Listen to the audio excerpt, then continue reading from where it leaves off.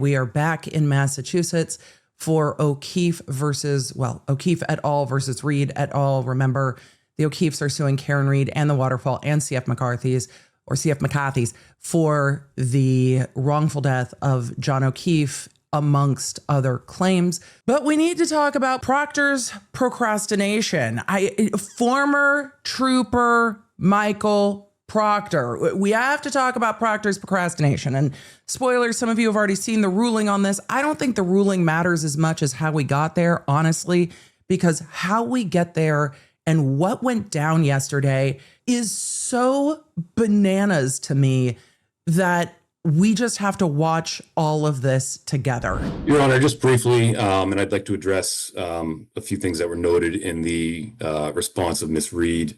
Again, we're seeking very limited relief in nature, Your Honor. We're seeking a new deposition date.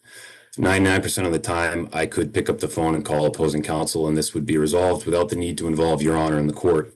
That's not the case here. Ms. Reed's opposition... Attorney Hamill, hang on. I mean, normally you could, but normally it wouldn't be 4 or 5 days before the scheduled deposition. The information that you're relying upon would have been provided much sooner than that. Understood, Your Honor. And I know Your Honor had a few specific questions in the order that was put out last week, including when we learned of that the circumstances of Mr. Proctor's unavailability late Thursday. We informed counsel of his unavailability first thing Friday. I fully agree that the timing is unfortunate there, Your Honor. Ms. Reed's opposition seems to suggest that we first reached out to our clients on Wednesday, June 3rd, about his deposition. That's false, and that's not in the affidavits. We communicated with our client about the deposition back in April when we agreed to reschedule the deposition at Ms. Reed's counsel's request. Again, we intend to produce Mr. Proctor for his deposition, but given the circumstances set forth in the provisionally impounded affidavits, we need a new date, and we believe we have put good cause on this record to obtain a new date. You state you'll produce him, but you don't give an indication in your filings when.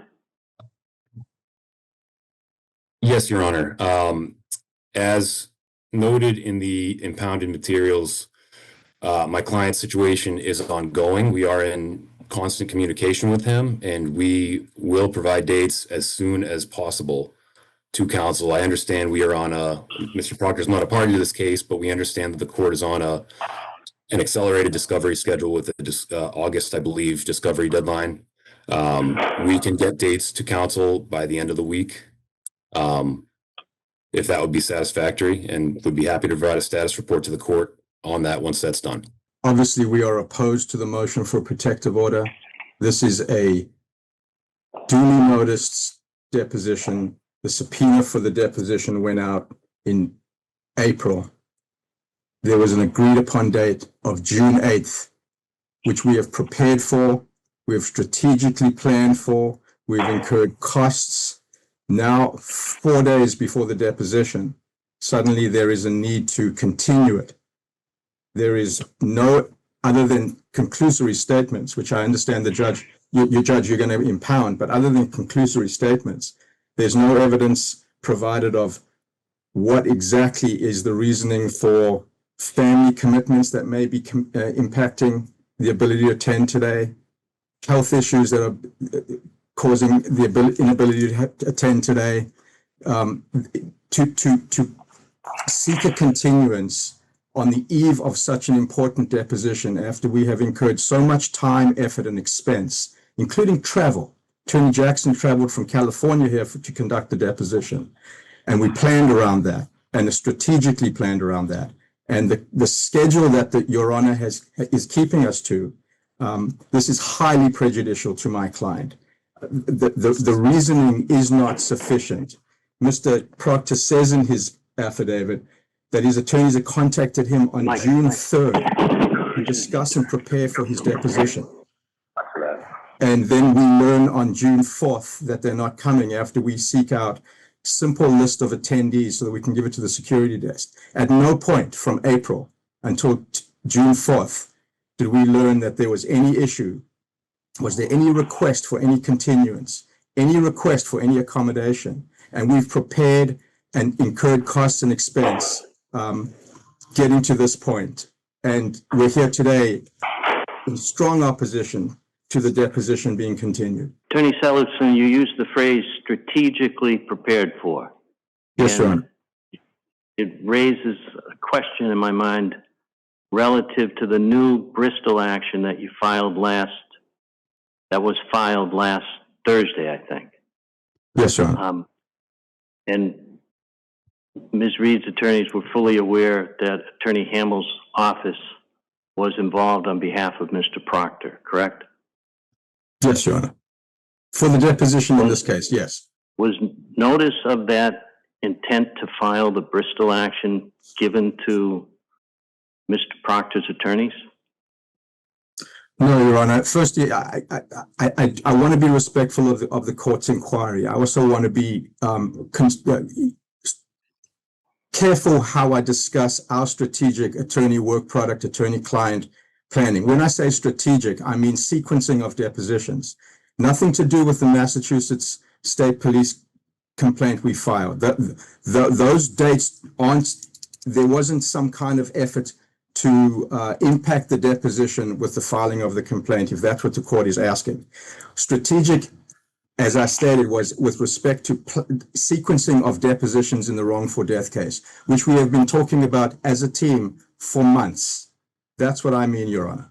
Your Honor, I just want to make it clear for the record that the plaintiffs intend to seek testimony from Mr. Proctor, but don't take a position as to whether that testimony is taken today or in the future. For this case to proceed efficiently and for our system of justice to work, certain basic things have to happen. A subpoena needs to mean something. A lawyer's agreement needs to have some meaning. Lawyers need to communicate with their clients. Clients need to keep their attorneys informed. And when given an opportunity to provide support for a party's request, that party needs to avail themselves of the opportunity. Based on the record before me, there is insufficient information to support a delay in the deposition going forward. However, given the claims made in the filings over the weekend, I will delay making a final decision on the motion until 4 p.m. today to give Mr. Proctor's counsel the opportunity to supplement the record before me. The subpoena requiring Mr. Proctor to appear for deposition today is stayed for 24 hours. Further hearing will be held today at 4:15 p.m. by Zoom.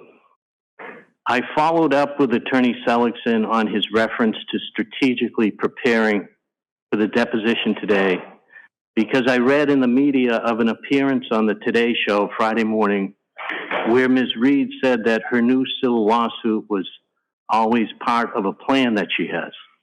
And beside her were attorneys Alan Jackson and Charles Waters, who cast the case as a bid to expose institutional corruption in Massachusetts law enforcement and to hold someone accountable for the death of her boyfriend, Officer John O'Keefe. Although there is no duty on Ms. Reed's counsel to have informed Mr. Proctor's counsel of the intent to file the most recently filed Bristol County action, I think it is unreasonable to have not done so with a scheduled deposition pending and then to have filed such action 4 days before the scheduled deposition. The actions by counsel, Mr. Proctor's counsel seeking to continue the deposition at the last moment, and Ms. Reed's counsel filing its new action 4 days before the scheduled deposition with an obviously planned appearance on national television, brought to mind comment 4 to Rule 3.5 of the Massachusetts Rules of Professional Conduct, wherein it is stated An advocate can present the cause, protect the record for subsequent review, and preserve professional integrity by patient firmness no less effectively than by theatrics. As St. Mary's University School of Law Assistant Professor David Bernardo noted years ago at a conference on professional responsibility, civility in the legal profession is generally defined as treating others, opposing counsel, the court, clients, and others with courtesy, dignity, and kindness. Thanks for appearing this morning. We'll see everyone at 4:15 this afternoon. At the end of the morning hearing, the court lectured all the attorneys about the rules of professional responsibility and said that civility in the legal professions essentially boils down to do unto others as they would do unto you, and, you know, give others a collegial heads up. The irony is not lost on me that we were only in court on an emergency motion because former Trooper Michael Proctor's attorneys at the very last minute said, oh yeah, we can't do that depo on Monday. Where's the heads up then, Your Honor? The court said that lawyering can be done with a patient firmness just as effectively as with theatrics. Notice that it also said just as effectively. It didn't say that theatrics weren't part of lawyering, because lawyering, Your Honor, give them the old razzle dazzle. There is a component of theatrics involved in lawyering, which is why a lot of lawyers are like a hybrid of like theater kids meet like Division I athletes, because it's like high stakes theater. But yeah, there is an element of theatrics. However, the court is not really complaining about theatrics because he has let attorneys monologue in his court about ridiculous shit like clickbait lawyering, because they see it as giving them an advantage. And when you are lawyering, you need to play to your audience, and you need to pick who that audience is. And there are lawyers in this case that are absolutely playing to the court. And I was critical of Proctor's attorney for pointing out numerous times, and Karen Reed's attorneys are trying this case in the media. And that criticism was placed on the lens that I see this case through. But Proctor's lawyers are looking through the lens of their audience. And I think in this case, it was effective, because the court brought up Karen Reed's appearance in the media. So it was not for nothing, and it wasn't lost on the court because the court made criticisms about it. I'm stunned that the punishment everyone's getting is a timeout. That we just watched a civil court put all of the lawyers on ice for a day because he's not going to rule on this until 4:15. We're going to go to the quick Today Show appearance that seems to have appalled the judge so much and see what that's all about. And then we are going to the 4 p.m. hearing. And joining us now is Karen Reed, along with her two attorneys, Alan Jackson and Charles Waters. Good morning, everyone. Good morning. Karen, let's start with you. Yes, Charles Waters was in the hearing that we watched this morning. He was sitting down in a box with no light. You could barely see him. Man does not have a desk lamp, apparently. But when the court started saying things, he was barely restraining his face, going like, but he was in that motion as well. Because we really haven't heard from you much and seen you really at all since the jury's not guilty verdict. Well, apparently that's not enough for the judge, because any seeing Karen is apparently a problem, even though there's no non-dissemination order and the court can't restrain Karen Reed from talking about her cases unless there is a non-dissemination order. So what are we doing? But I digress. First, just why file this lawsuit now? You already have one lawsuit in the queue. Why do this now? Because you have a statute of always limitations. our plan. That I had to save my own life first. I can't do anything if I'm not free. And I had to fight for my freedom for years. And I knew as it unfolded, I was never going to be able to just forget that this happened to me, that I was wronged in this way. I couldn't just go back to life as it was. I have to continue fighting for justice. The acquittal is deserved, but the wrongs have not been completely righted. They've been happening along the way, but I always knew this was going to happen if I could get the help legally to do this. Let's talk about that for a moment, Alan, because Which, by the way, is her right. again, as we just saw in Laura's story there, Sergeant Good's fired. Right. Lieutenant Proctor fired. They're both gone. The departments Former trooper Michael Proctor. But all right. have said that there was wrongdoing. They've admitted that. From a legal standpoint, what do you precisely want to see happen here that has not I'm going to let them answer. I know exactly what I would like to see happen. already happened? Well, it's a civil case. So the remedy is money. The law speaks in dollars, but that's not what the ultimate goal is here. The ultimate goal is to ensure that we bring to the light the institutional biases, the institutional corruption that permeates the Massachusetts law enforcement system. That's what this lawsuit's going to do, ultimately. You can't, what Karen wants, you cannot write on a check, which is exposure. Exposure of the corruption that is the DNA of the Massachusetts State Police, of the Canton Police Department, which is evidenced by these two individuals in their text messages. They were in a position where they felt comfortable within their own family, the family of law enforcement, to send these vile text messages, to send these vile voicemails that are reflective of a deeper problem in the culture. That's what we want to expose.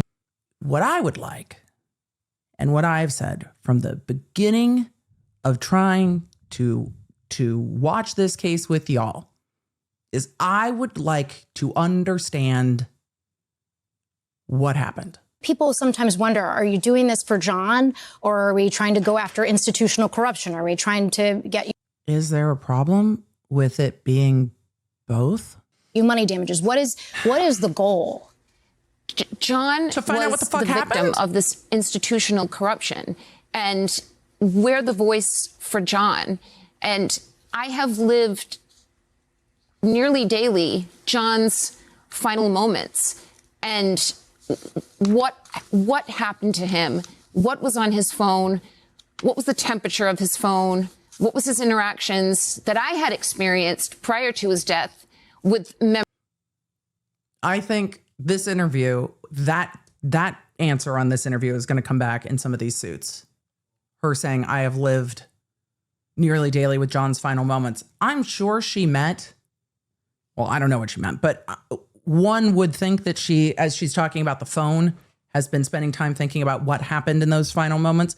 However, that's going to go into court and be argued a different way for sure. What is the goal? John was the victim of this institutional corruption, and we're the voice for John.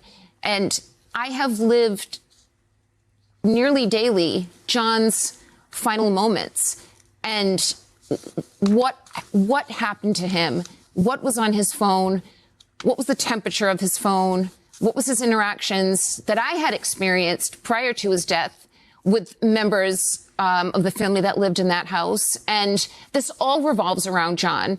I can speak about my personal memories with John, and his family can speak to them as well.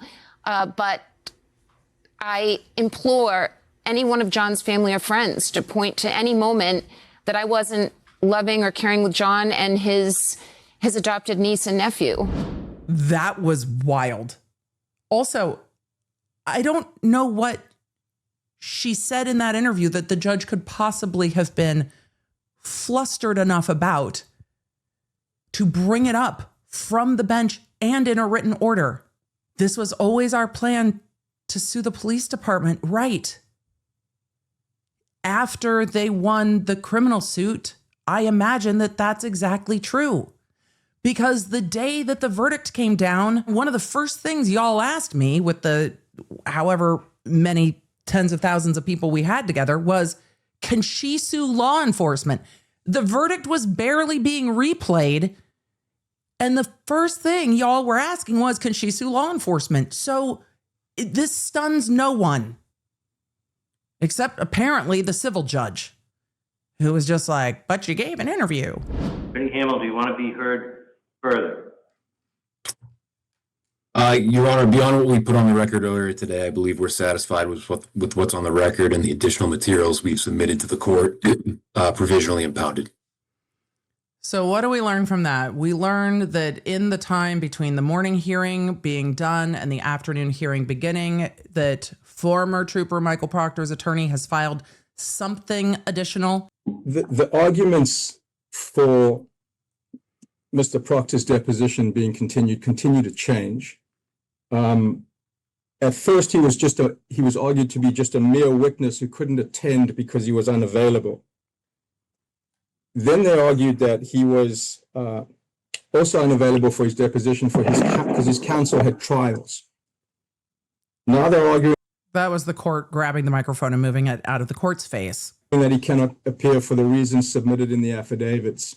And now we are wondering, based on what was submitted this afternoon, can he even appear? Or are we going to put this over for a couple of weeks so we can get a new date? So I'm a little concerned and troubled by sort of the relief keeps changing. They said in their submissions on Friday and then on Sunday that he knows he has to appear and that he will appear. And now this afternoon, we see something that's more long-term.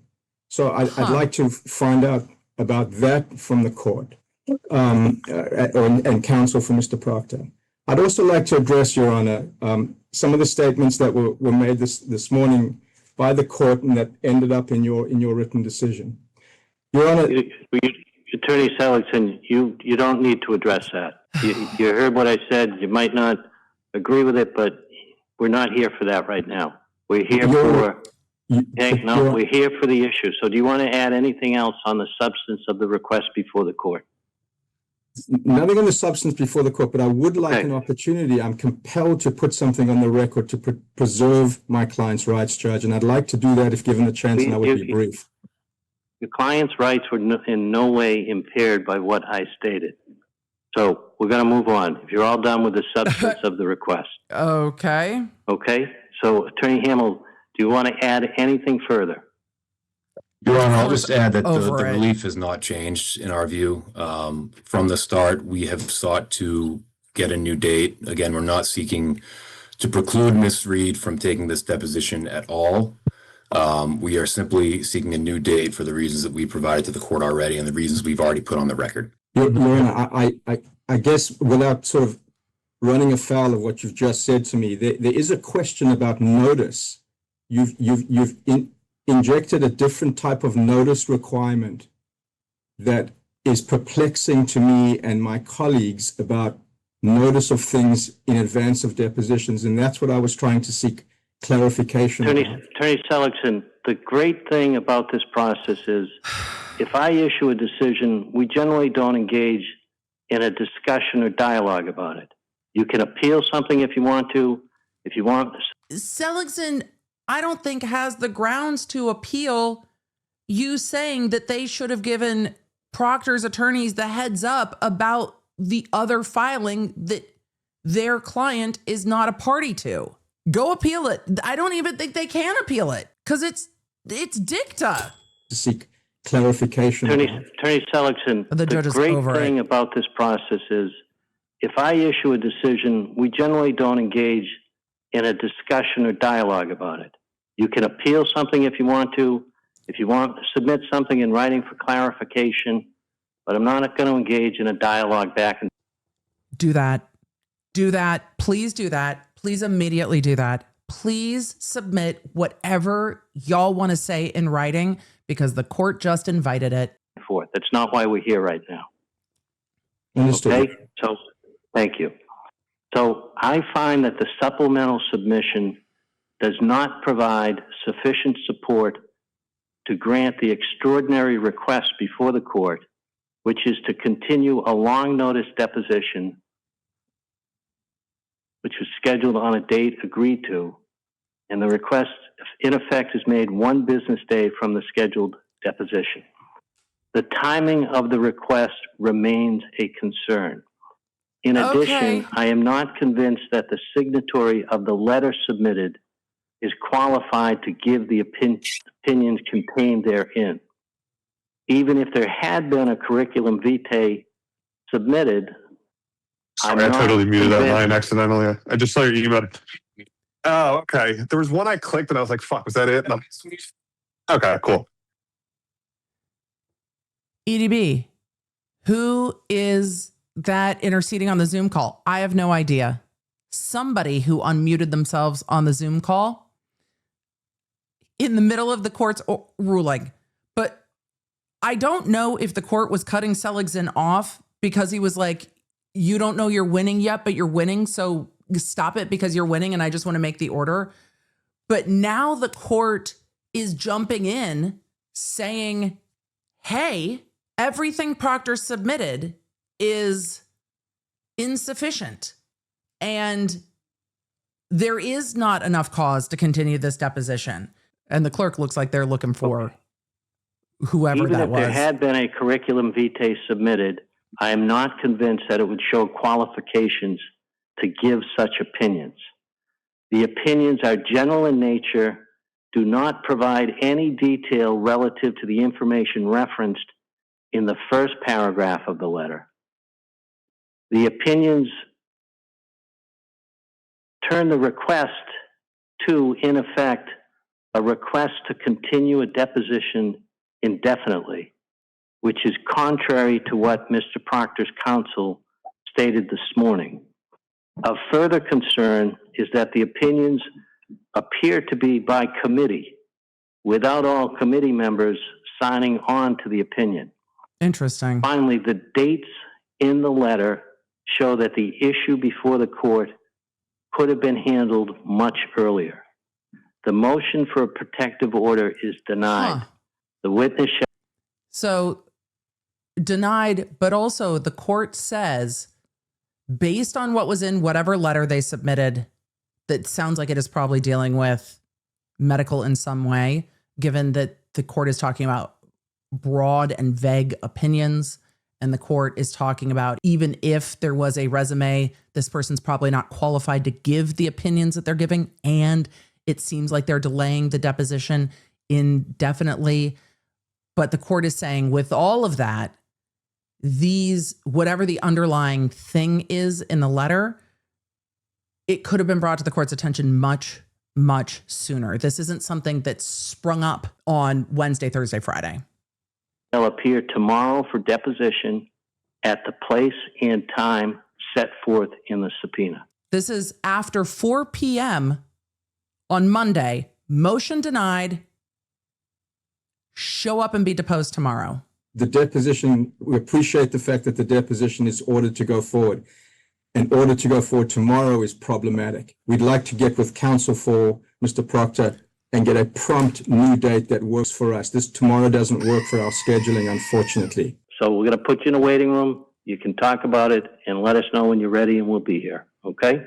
Thank you, Judge. Your Honor, we were cooperative. We have landed on 2 dates. One is June 25th. We have a status conference before Your Honor in this case, and we'd ask that we could use that date for the deposition of Mr. Proctor. If that's acceptable to the court, that works for counsel. How is nobody ready till June 25th? Mr. Hamill is going to get confirmation from his client that that date would work. The other date we have is July 14th. That works for all counsel, and we're going to get confirmation it works for Mr. Proctor.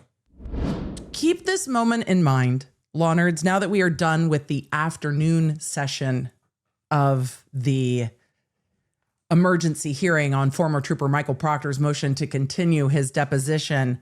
Now that we are done at the end of the day, keep this in mind. Put a big old asterisk on this date, because when we inevitably get to argument over why the discovery deadline needs to be embiggened and the court is feisty with everybody, about why they haven't gotten their depositions done. This is going to come back around, I would imagine. So now we're in the middle of when's a deposition going to get done, and former Trooper Michael Proctor's deposition is either going to take place on June 25th or July 14th or both.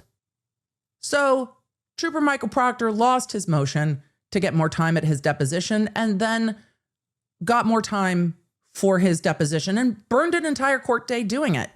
Let's pull up the letter that was also, I think, filed yesterday. Either way, it hit the docket yesterday. It is a letter from Attorney Rosenberg, one of Karen Reed's attorneys, regarding the June 3rd hearing that we all watched together last week. That was the one where they said, hey, Your Honor, it seems that everybody now needs a new depo date. Yeah, that's fun. Letter from Attorney Rosenberg to the judge regarding the wrongful death case. Dear Judge Grumpy, counsel for Colin Albert, a third-party witness in the above captioned case. We heard about this in the hearing. Counsel for Colin Albert, a third-party witness in the above captioned case, has baselessly alleged that I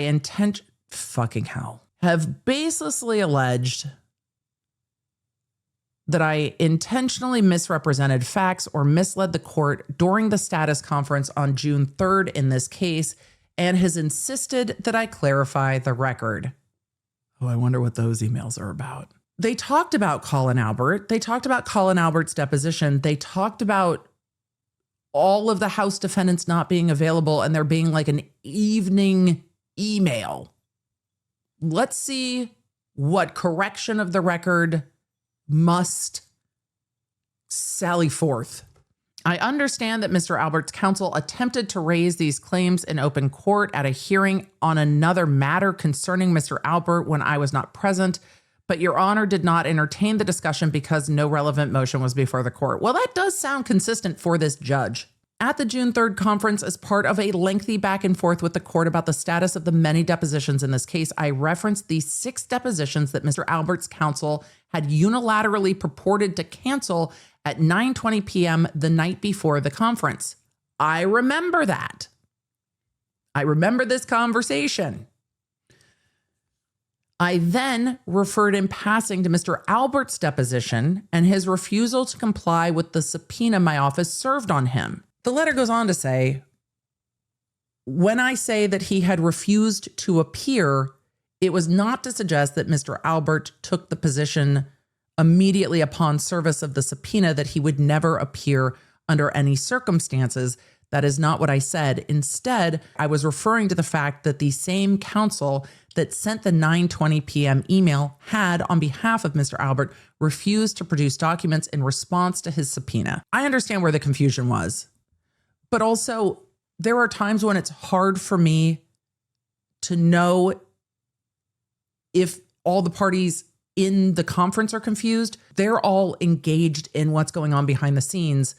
And so the confusion that is ours on the outside, the attorneys might have all been on the same page with the judge because they're all having these conversations. Rosenberg is saying that he did not, in fact, say that Colin Albert refused to appear for his deposition and didn't, he says, suggest that. As I told you at the status conference, the conduct described above is subject to a pending motion to compel, which we will file promptly once we receive Mr. Albert's opposition. But rather than arguing the merits of this dispute, Mr. Albert's counsel has elected to launch false accusations of intentional misrepresentation at opposing counsel and demand clarification. I guess he's now clarified.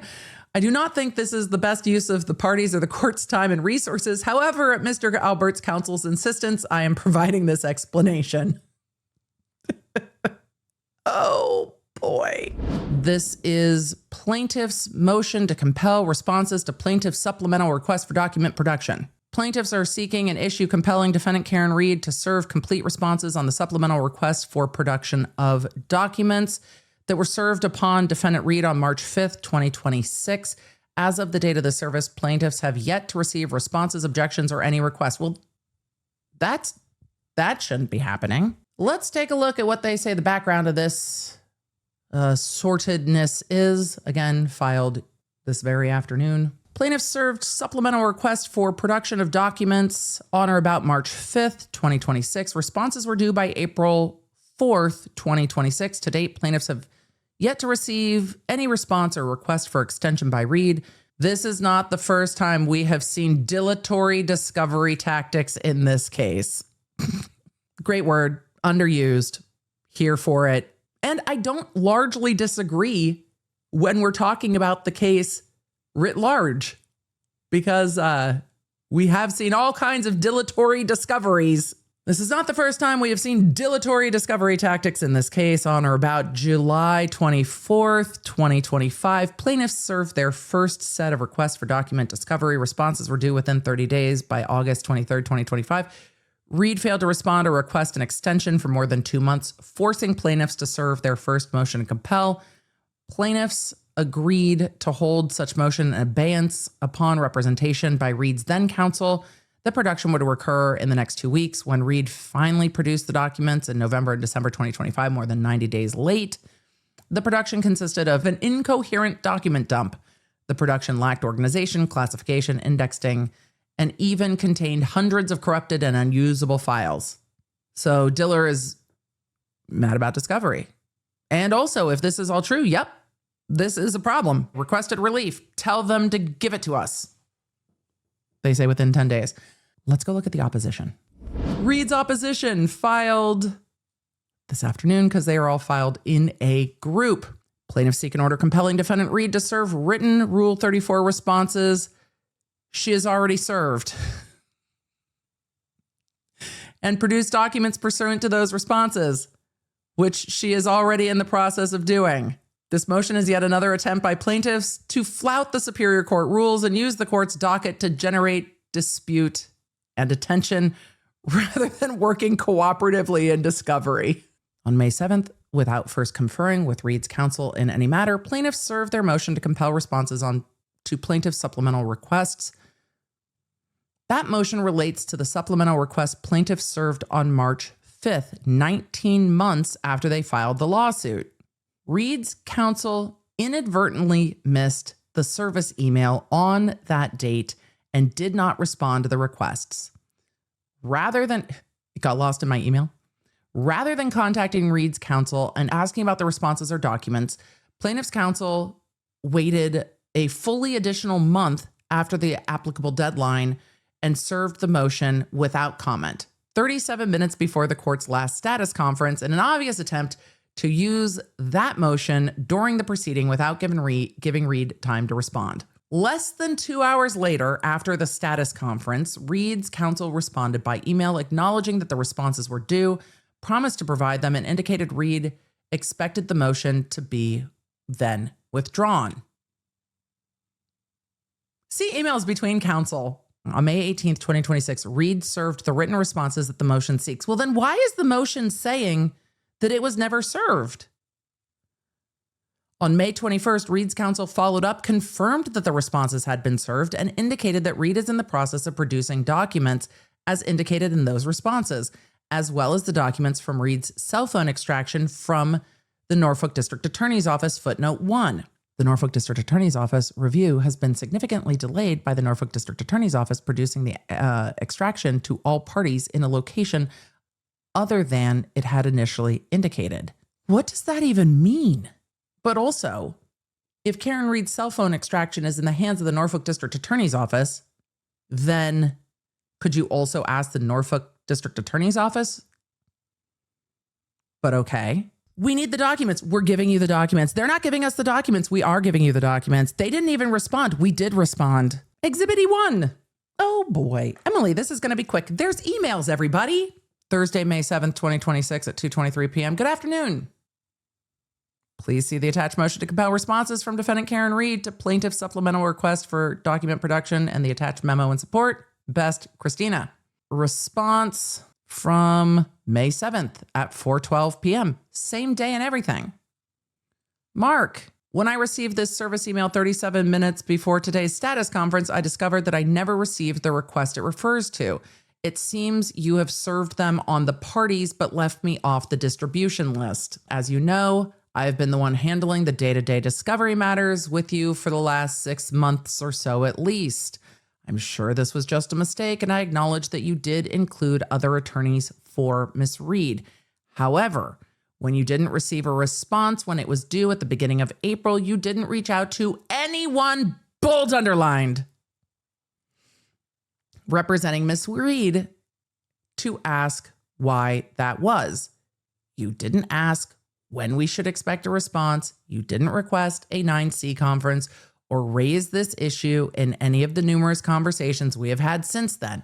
Instead, you waited more than a month and served your motion to compel just before logging on to the status conference, where I have little doubt you planned to raise the issue. Had you simply asked us why we hadn't responded in April, I would have told you that I never received the request and that we would get responses to you promptly, and we would have done. But instead, you opted to waste another month along with whatever time you spent drafting these motion papers in an attempt to engage in more litigation by ambush. We'll get you a written response to the request referenced in your motion, and I trust that you will then withdraw the motion pursuant to Rule 9A. I really appreciate that Aaron popped off at the partner and not at the associate attorney who emailed this.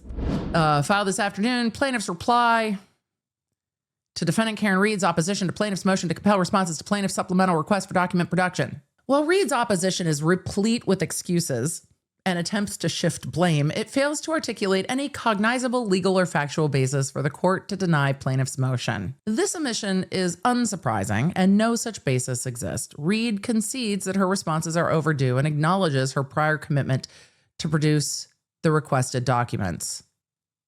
Notably, however, her opposition nor the accompanying email exhibits identifies any firm production date or defined timeframe for compliance. On May 21st, counsel for Reed emailed the plaintiffs the following. We've now served written responses to your second set of discovery requests, which is the relief you seek in your motion. We are also working on producing documents as indicated in those written responses. Are we all having different reading comprehensions?